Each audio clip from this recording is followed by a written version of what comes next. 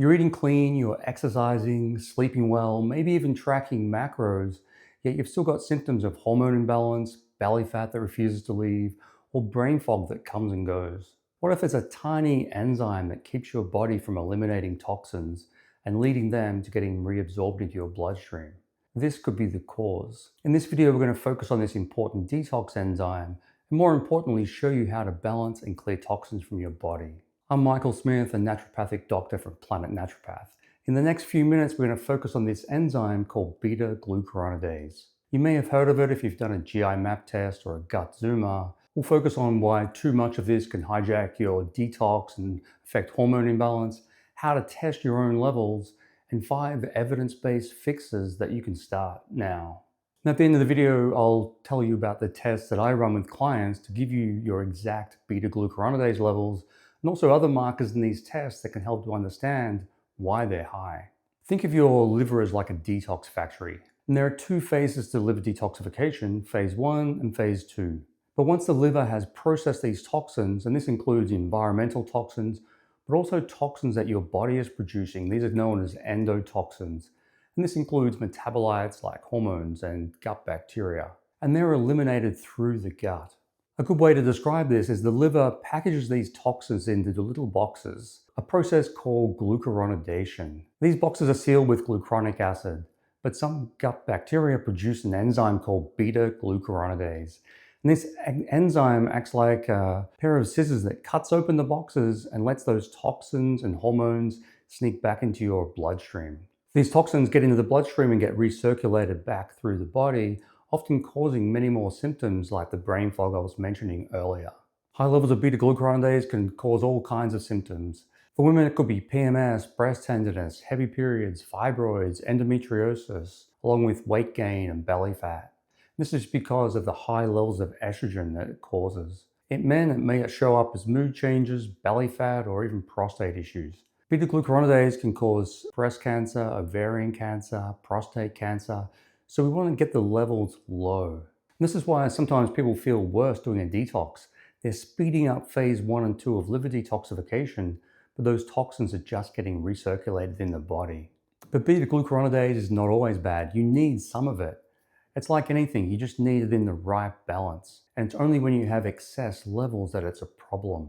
In healthy levels, it plays an important role in unlocking antioxidants so your body can absorb them, helps to recycle things like bilirubin to keep bile in balance, and even helps to break down complex carbohydrates from things like beans and lentils. So it's making sure that your beta-glucuronidase levels are not too high, but also you don't want them too low. And that's why testing is important, because it helps to take out the guesswork. So what causes beta-glucuronidase to get so high?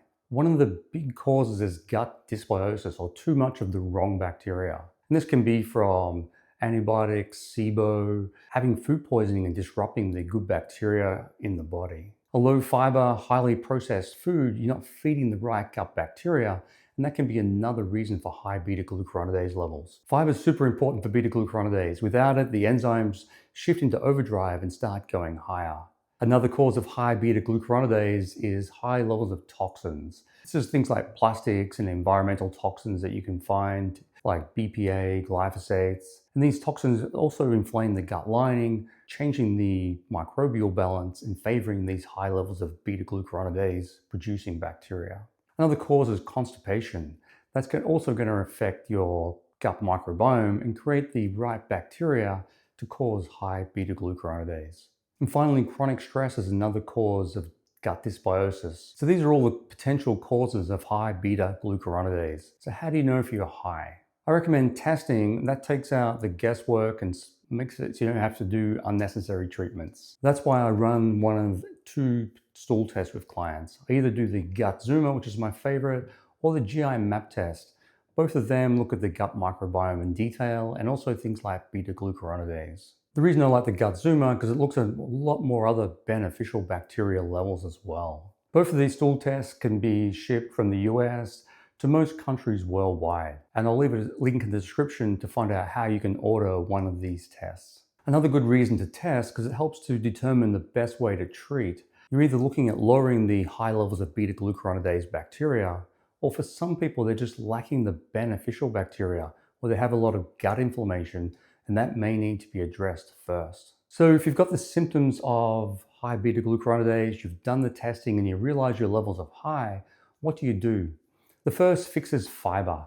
Making sure you have enough fiber, at least 25 to 35 grams a day, can help to eliminate toxins. Think of the fibers like a street sweeper, sweeping out the toxins through the gut before the beta-glucuronidase can even access and open up those packages. Making sure you're having enough foods like chia seeds, flax seeds, oats, lentils, berries, a range of fruits and vegetables that are rich in fiber.